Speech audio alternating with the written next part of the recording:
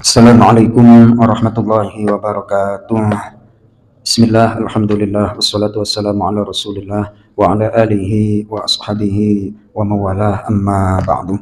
Jemaah sekalian yang dimuliakan Allah subhanahu wa ta'ala, kultum pada malam Jumat ini saya ingin menyampaikan satu ayat dari surah Al-Furqan ayat yang ke-20.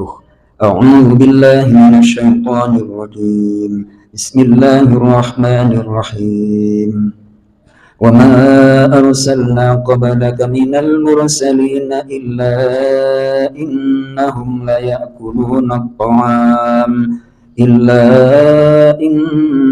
لَيَأْكُلُونَ الطَّعَامَ وَيَمْشُونَ فِي الْأَسْوَاقِ وَجَعَلْنَا بَعْضَكُمْ لِبَعْضٍ فِتْنَةً أَتَصْبِرُونَ وَكَانَ رَبُّكَ بَصِيرًا. Shadaqallahul azim. Allahumma arhamna bil Qur'an. Artinya, dan tidaklah kami mengutus sebelum engkau wahai Nabi Muhammad dari para utusan kecuali bahwasannya atau sungguh mereka benar-benar memakan makanan, wa yamshuna fil aswaq, dan mereka berjalan di pasar-pasar. Artinya para nabi dan rasul itu diberikan Allah sifat basyariah, yakni sifat manusia. Mereka juga makan seperti kita makan dan lain sebagainya. Kenapa para nabi dan rasul itu diberikan sifat basyariah? Agar potensi untuk mengkultuskan tidak terjadi. Sehingga, Rasulullah makan, kita juga makan. Artinya manusia biasa. Kalau tidak ada sifat basyariah atau sifat manusiawi, berpotensi untuk dikultuskan dan pada gilirannya dipertuhankan. Ya kan? Seperti orang Nasrani itu yang mengkultuskan, mempertuhankan Nabi Isa alaihissalam dengan dalih bahwa Nabi Isa ibunya tidak punya ayah. Kemudian Nabi Isa bisa menyembuhkan orang buta dari lahir, kemudian bisa membangkitkan, menghidupkan orang mati dengan seizin Allah. Kalau para rasul mukjizatnya seperti itu, berpotensi untuk dikultuskan. Satu. Yang kedua adalah kadang banyak orang yang setelah ditampakkan sesuatu yang spektakuler, justru mereka malah tidak beriman. Itu dalam surah Al-Qamar, wa iyyaru kulla ayatillah yu'minu biha, dan setiap kali mereka menyaksikan ayat-ayat atau bukti kekuasaan Allah, mereka tidak beriman. Nah, Allah memberikan mukjizat kepada atau membekali mukjizat kepada Rasulullah Shallallahu Alaihi Wasallam, mukjizat paripurna, yakni mukjizat yang bisa dinalar, Mas Toto. Bukan mukjizat dari kantongnya misalnya Ustaz Joko terus keluar kertas duit 1 juta kan kayak gitu. Wah, repot kalau model kayak itu. Itu namanya jadul.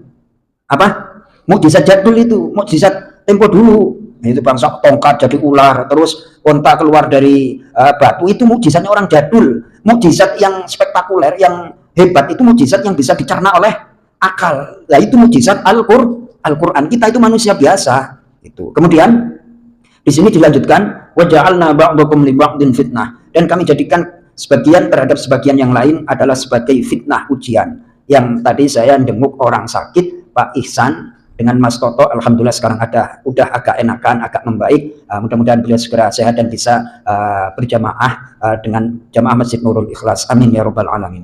Nah, kembali ke ayat ini, kami jadikan sebagian terhadap sebagian yang lain adalah fitnah. Yang sehat diuji yang sakit diuji yang sehat. Yang punya duit diuji oleh yang ngutang duit. Seperti itu terus ujian, nggak bakalan lolos. Betul Mas Toto? Alhamdulillahirabbil alamin. Jadi setiap orang tua diuji oleh anak merasa dibebani, diomelin sama orang tua. Senantiasa seperti itu terus. Nabi diuji oleh umatnya. Mau keluar kemana kita? Nggak bakalan bisa keluar. Keluar dari masjid ada ujian. Sampai di rumah ada ujian terus seperti itu.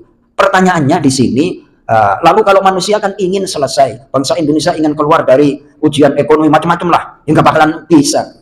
Nggak bakalan. Tujuannya ujian itu Allah ciptakan adalah atas dirun. Maukah kalian bersabar? Titik, cuman itu aja. Nggak usah dipikir. Ya dipikir aja. Nah, saya ingin sampaikan cerita nyata ini. Nah, alhamdulillah, saya dulu pernah baca kitab 3 kali di hadapan Gus Dur itu. Satu ketika ada tamu, kalau pagi itu biasanya open house-nya itu setelah subuh, jam 7 lah. Open house. Curhat ke Gus Dur. Ada mantan lah, seorang mantan perwira atau mantan pejabat penting gitu. Gus, saya punya masalah nih, problemnya ABCD, bla bla bla bla.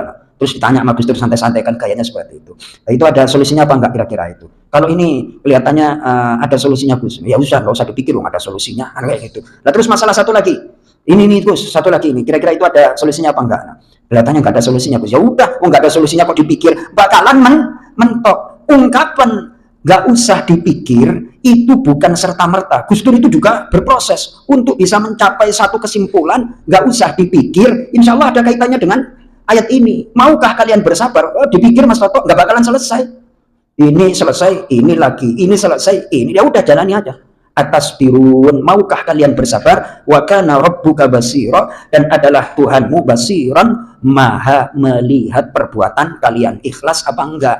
Ya, guru diuji sama muridnya, murid diuji sama, bolak-balik kayak gitu-gitu terus. Ini saya ulangi, wa ja'alna ba'dakum li ba'din fitnah atasbirun wa kana rabbuka basira, dan kami jadikan sebagian terhadap sebagian yang lain sebagai fitnah. Maukah kalian bersabar? Wa kana rabbuka basira, dan adalah Tuhanmu maha melihat perbuatanmu. Contoh Mas Toto, nggak punya duit, ingin punya duit. Setelah punya duit, saudara-saudara tahu kalau saya habis lebaran haji Idul Adha dapat hasil jualan, oh itu ngantri yang utang, itu ngantri yang utang.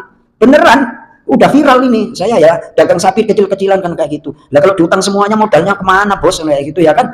Itu resikonya. Ayo, mau nggak dapat ngomong nggak dapat nikmat, oh disumpahin nggak dapat nikmat beneran. Nah, lalu kita harus berani, wa amma bi ni'mati rabbika, adapun terhadap nikmat Tuhanmu maka ceritakanlah. Sekarang orang mukmin itu ngaku Islam tapi pengecut. Kalau belangsak diceritain, kalau dapat nikmat diem.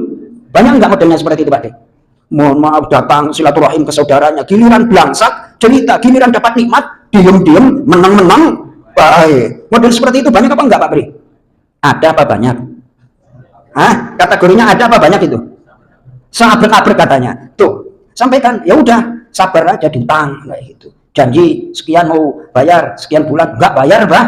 Ya sudah, mau diapain lagi, enggak punya duit? Ya, Mas Janu, ya udah, di sini itu atas birun, maukah kalian sudah serahkan kepada Allah Subhanahu wa taala. Mudah-mudahan bermanfaat. Assalamualaikum warahmatullahi wabarakatuh.